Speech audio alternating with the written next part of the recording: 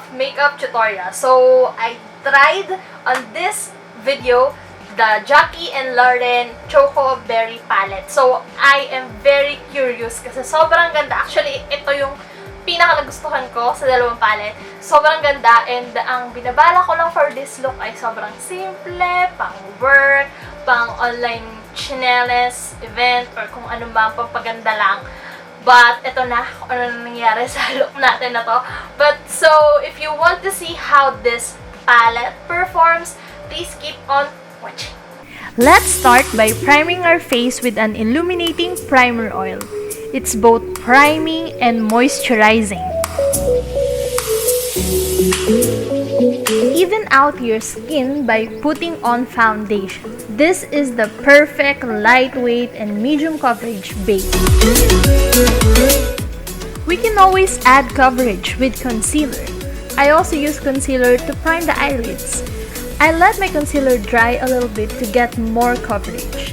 Now, I'm going to use this rosy shade clay blush from Bioskin Coco, Philippines.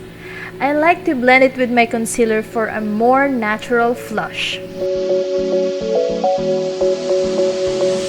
Let's add some golden pink glow with Focallure highlights. Super affordable but looks very natural. I love this highlight, guys. Check out yun sa Shopee. Link on the description box below. I'm going to set my face with my fave Maybelline Fit Me Matte Last Poreless Powder. Sobrang soft and lightweight, promise, guys. From the Focallure palette earlier, I'm gonna add more flush with these blushes. Using the two dark shades on this e.l.f. palette, I'm contouring my cheekbones, jawlines, and especially my nose. Today's star is the Jacky and Lauren Coco and Berry palette. It's a combination of matte and shimmer shades. It's very affordable. You can get these for 299 pesos. Firstly, I'm using the warm transition shade for my crease. Using a windshield motion, blend out the crease shade. With the same brush, I'm adding depth using a darker shade on my outer corners.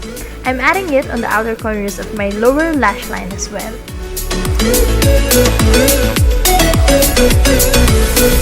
Using a flat shader brush, I'm taking this purple pinkish shimmer shade for the whole lid.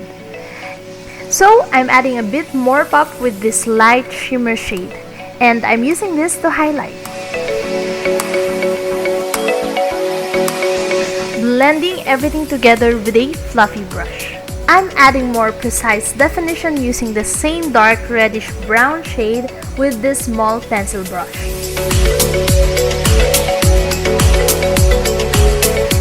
Tight lining is one of the key to complete an eye look. It just unites the whole eye look, even though the pigments are not the best. I'm also adding a little flick to lengthen my eyes and add the base to my falsies. Just to make this look interesting, I'm adding some fun lines. Adding a diagonal line beneath my eyes using a warm shade as a guide for my red shade later. Now I'm adding a curved line above my lids, following the eye shade. I tried the red shade on the palette, but it's not as pigmented as I wanted it to. So I'm switching to my 165 peso Caroline palette. I also added this golden shimmer shade to intensify all the highlights on my face. It looks cooler now. I think with the lines, a glittery highlight is better for this look.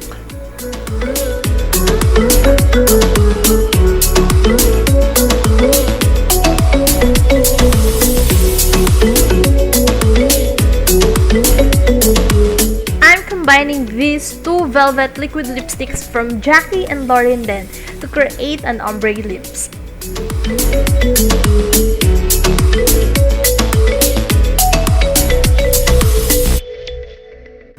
Completing the look with falsies. And of course, an outfit.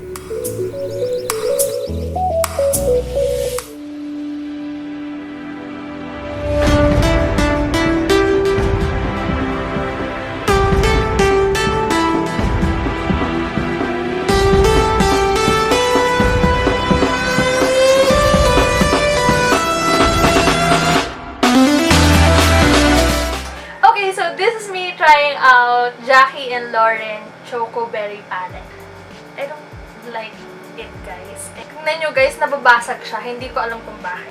Ayan, nabasag siya, guys. And then, itong isa na to, nabasag. Hindi ko alam kung anong dahilan kung bakit siya nababasag. Kasi, hindi ko naman to nababagsak. And, I think, kapag mas madiin yung brush ko dun sa product, lalo siyang nababasag. Pero dahil sa pagkakapress ng product, hindi siya ganun ka-press. Quality mismo ng product na to. Ganda tong product na to, gagawin ko siya ng full-on review. Pero, to be honest, I don't like it. Look at this one. Sobrang ganda ng shade. So, kaya binili ko din siya. So, hindi ko alam ngayon kung gagawin ko pa to ng review or gagawan na lang ako ng another makeup look kung saan man tayo dalhin. Ito full-on review, guys. So, I hope you enjoyed watching the tutorial. This is still good. So, I hope you enjoyed, and if you want to try it kasi mura lang siya ngayon. Like, this is 300 pesos, pero nabili ko lang to for 99 pesos nung nag-birthday yung Lazada, as in ganun ka-sale. Take the opportunity, take advantage ng mga sale na makeup. Don't forget to follow me on my social media platforms, my Instagram and my Facebook, and subscribe to my channel, click that notification bell so you will get notified every time mag-upload pa ako ng new video.